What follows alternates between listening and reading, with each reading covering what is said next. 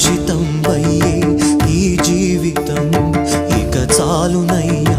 ఈ నాటకం లయకారక